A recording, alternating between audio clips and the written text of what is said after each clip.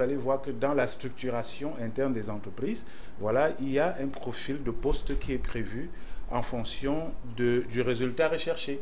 Et ce qu'on devrait faire aussi dans les clubs de football, c'est de copier la même chose. Allez un peu voir en Occident, quand vous voyez un club comme Montpellier, lui, Nicolin, depuis plus de 30 ans, il met son argent dans cette équipe, mais je n'ai pas l'impression qu'un jour, il s'est arrogé le droit d'être le directeur sportif, de faire des recrutements. Voilà, je n'ai pas l'impression qu'il a souvent voulu prendre la place de certains responsables à qui il a affecté des postes. Donc je pense que le malheur de Bambuto, c'est d'avoir des dirigeants qui utilisent forcément cette équipe pour avoir une certaine aura. Vous voyez, une aura qui peut... Bon, surtout une aura politique parce que, voyez-vous, quand vous regardez toute la masse populaire qu'il y a derrière Bambutos, vous vous dites que s'il y a des gens qui n'ont pas souvent été, qui n'ont pas souvent laissé leurs empreintes dans le football et qui, tout de go comme ça, viennent diriger Bambutos, ça veut tout simplement dire que derrière leur projet, il y a certainement des calculs. Il y a certainement des calculs qui ne sont pas forcément des calculs sportifs, c'est des calculs qui peuvent être fondés sur la notoriété qu'on souhaiterait avoir au village, c'est des calculs qui peuvent être fondés sur la politique. Je le dis d'autant plus que vous verrez que la plupart des dirigeants de cet acabit-là sont les membres du parti au pouvoir. Et lorsqu'on est dans cette posture-là et qu'on souhaite à tout prix s'agripper sur Bambutos, c'est parce qu'on espère bénéficier également des faveurs je dirais politique, parce que je ne dis pas, ce n'est pas les faveurs sportives, parce que je ne vois pas. Comme le veut la Ligue de football professionnel du Cameroun. Justement, vous êtes très proche de ce club et on espère que lors des prochaines éditions, vous nous apporterez plus d'éclairage. On fera des déplacements. Maître Sikati, Bambutos Dombuda, dans la même situation que le Canon, que le Tonnerre, est-ce que cela est fait? Se forme en une seule équipe, en une seule entité pour éviter, et aux joueurs, d'ailleurs Maître a bien fait de le signaler, c'est les joueurs qui en pâtissent. Donc pour éviter ça aux joueurs, pour éviter à la Ligue d'avoir un choix à faire, si d'aventure il lui arrivait, il lui appartenait d'opérer les choix, ben voilà, ça trouverait une solution à ce problème-là de dissidence de factions différentes de clubs qui commence ce problème-là à être récurrent. Reste à savoir si cela pourra être possible pour les clubs du canton du littoral, à savoir Oris, Caïma et autres. Un classement de Ligue 2, contrairement à ce que pensait William Méli, qui est toujours dominé par un autre ancien pensionnaire de la Ligue 1. Ce n'est pas Panthère de Banganté, mais c'est plutôt Renaissance Ndongoumou qui tiennent la trajet haute, on l'espère, au terme de cette deuxième journée, et à signaler le bon comportement des Bleus qui viennent d'accéder au sein de l'élite William Méli. Tout à fait, ce sont des... Bon, Avion Junkam qui a ramené 4 points du Grand Nord. Junkam, Bamboulette également, donc je pense que... FC Yaoundé 2. Voilà, ces petites équipes. Juridique de mettre un terme à cet imbroglio. Bien sûr, les moyens juridiques existent, mais je pense que le véritable problème tient de ce qu'il y a comme souvent des... Bon, je ne vais pas parler des rivalités entre la fédération et la Ligue, mais il y a quand même des dissonances entre les décisions prises par la Ligue et les décisions prises par la fédération.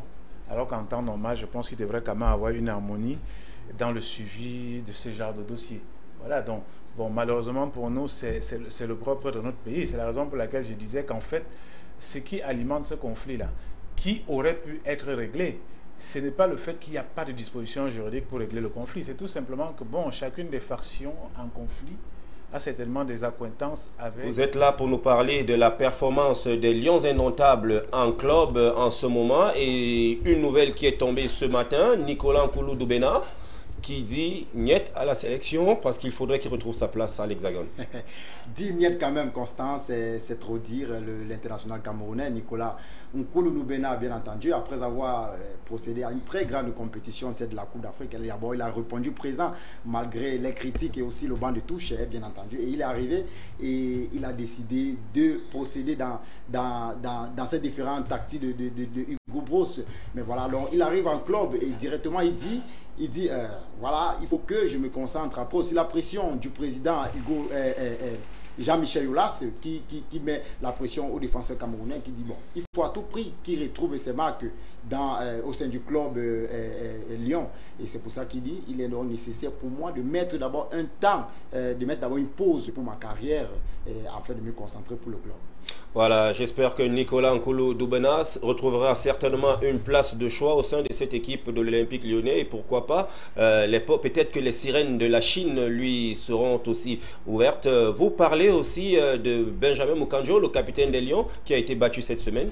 Avant ça, mais d'abord, Constant, il faut rappeler que Nicolas Nkoulou reste serein, bien entendu, et il rassure à tout le peuple camerounais que c'est juste un choix. Bon, le choix est arrivé comme ça, et ça a été très compliqué pour lui, et il était nécessaire pour lui de prendre cette décision afin de relancer sa carrière, bien entendu, parce qu'il est de temps à autre menacé au sein de la sélection lyonnaise.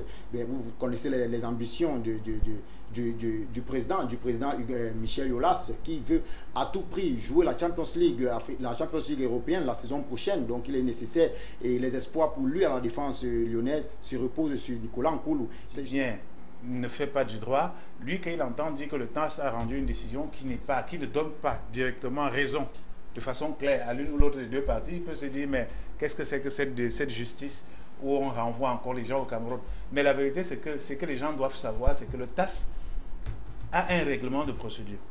Le règlement de procédure, c'est pour la façon dont la procédure se déroule auprès du TAS. Pour ce qui est de la règle de droit à appliquer pour les questions de fond, c'est-à-dire pour apprécier le fond de votre litige, le TAS applique la législation nationale du pays d'où viennent les parties en conflit. Dans le cas du Cameroun, je dis et je répète, il y a un règlement, il y a les statuts du comité olympique. Voilà. Il faut d'ailleurs déjà dire que la Chambre de conciliation et d'arbitrage a été créée par la loi qui a valeur de charte des activités physiques et sportives. Voilà. Et les dispositions de cette loi-là sur la Chambre de conciliation et d'arbitrage sont reprises par les statuts du comité olympique. Et puis, les statuts du comité olympique, il n'y a pas que les statuts du comité olympique, le règlement de procédure qui a valeur un peu de code de l'arbitrage, de la médiation et autres, devant la Chambre de conciliation et d'arbitrage, eh bien, ce règlement-là prévoit clairement que les sentences arbitrales doivent être exéquaturées.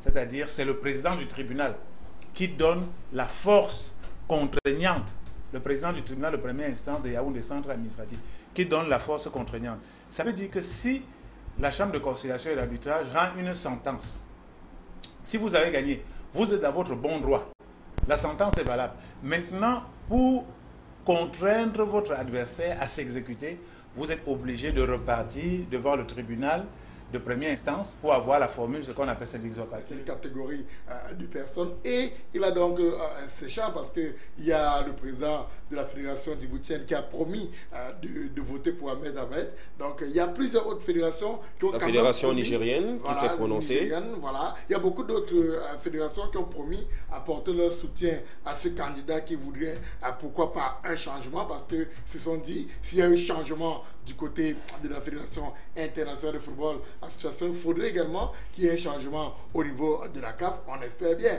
Mais on sait également que Issa Hayatou, c'est un vieux de la vieille, et il a ses tentacules un peu... Nous avons là en image Ahmed, celui-là même qui est le véritable challenger d'Issa Hayatou aujourd'hui. Issa Hayatou a ses tentacules partout. D'ailleurs, on a annoncé déjà des rencontres avec des chefs d'État qui laissent présager que quelque part il serait aussi déjà en campagne. De toute façon, au soir du 16 mars prochain, on saura qui entre... On a envie de les tenir, même s'il faudrait exécuter de manière simpliste. Tel est le cas et vous avez réponse à votre question, mon cher Constant. Est-ce à dire, William Meli, que la Fédération camerounaise de football et le ministère des Sports sont plus forts que le droit au Cameroun? Bon, c'est vous qui le dites, mon cher Constant. Je fais que poser une question. Mon cher Constant est long, mais on saura le dire ainsi. Je pense que je ne voudrais pas prétendre être avocat au barreau du Cameroun parce que mettre bien détailler cela pour le bonheur des téléspectateurs qui nous regardent à la maison et pour nous également qui sommes sur ce plateau. Et je me demande véritablement à quelle fin est-ce que Abdourahmane va arriver? Alors, si, puisqu'il a promis de saisir le tribunal fédéral de Suisse, si on lui donne gain de cause de ce côté-là, qu'adviendra-t-il maintenant de la Fédération camerounaise de football? Est-ce que ça veut dire que toutes les compétitions auxquelles le Cameroun a pris part, sous bien entendu la conduite de la fédération actuelle, qui, d'après Abdourahmane, est illégale, illégitime, est-ce qu'on ne va pas enlever ce titre-là au Cameroun? Donc, on se pose beaucoup de questions. Au niveau international, sur le plan mondial. Voilà, donc je pense que Issa Hayatou est en train de pécher par l'égocentrisme qui malheureusement gagne beaucoup d'Africains qui à un certain moment deviennent forcément avides de pouvoir. Je me dis quand même que si vous avez passé 29 ans à un poste aussi honorifique et que vous avez tout donné, parce que le bilan de M. Issa Hayatou, comme Emmanuel Marob le disait, pour moi il est forcément positif. Voilà, lorsqu'on regarde le nombre de places que l'Afrique a aujourd'hui en Coupe du Monde, je pense que c'est essentiellement l'œuvre de Issa Hayatou. Lorsqu'on regarde la qualité des résultats même qui ont été obtenus par les équipes africaines, que ce soit dans la en Coupe du Monde A, que dans les Coupes du Monde des catégories des jeunes, je pense que c'est avec Issa Hayatou. Lorsqu'on regarde également l'évolution du football féminin en Afrique, c'est avec Issa Hayatou. Donc je pense tout simplement que si Issa Hayatou arrêtait d'être à la CAF aujourd'hui, je ne pense pas qu'il y ait une seule personne dans le monde qui pourrait lui dire qu'il a mal travaillé. Voilà, il a eu tous les lauriers. Maintenant, je pense aussi qu'il est souvent bon de partir avec...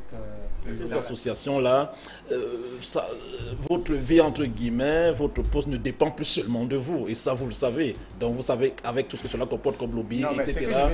Le premier à se prononcer, c'était le président de la fédération algérienne de football, le sieur Raourawa, qui a appelé Issa Hayatou à sa candidature. Mais lorsqu'on peut comparer, les deux ont déjà dépassé... ont déjà atteint un certain âge. Est-ce que peut-on dire aujourd'hui, je reviens toujours avec vous, peut-on dire aujourd'hui que les vieux sont en train d'hypothéquer la Confédération africaine de football? Non, ils sont en train, ils veulent hypothéquer, parce que je voudrais quand même vous rappeler aussi qu'en 2013, lorsque Issa Hayatou se rend compte que Jacques Anouma il a le vent en poupe, bon, Issa Hayatou, il fait modifier avec son comité exécutif les conditions électorales à la DMU pour dire que désormais, pour être candidat à la présidence de la CAF, il faut être membre du comité exécutif. Sachant très bien que Jacques Anouma n'était pas membre du comité exécutif.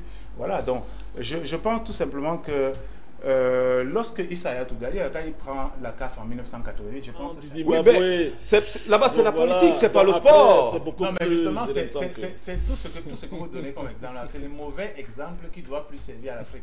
C'est-à-dire qu'il faut justement, parce que Issa Hayatou n'est pas seul dans cette posture. Mugabe, c'est pareil. Voilà, quand vous prenez le président algérien, c'est aussi la même chose. Voilà, c'est aujourd'hui, l'Afrique a besoin des dirigeants qui acceptent l'alternance et qui se sentent physiquement à point pour pouvoir donner un bon rendement. On a besoin de ça. Parce que si à 70 ans, vous avez vous voulez travailler quoi? Mais je n'ai pas envie de dire que c'est l'homme politique que vous êtes qui est en train de parler, parce que bon, oui, bon, voilà. bon. Avant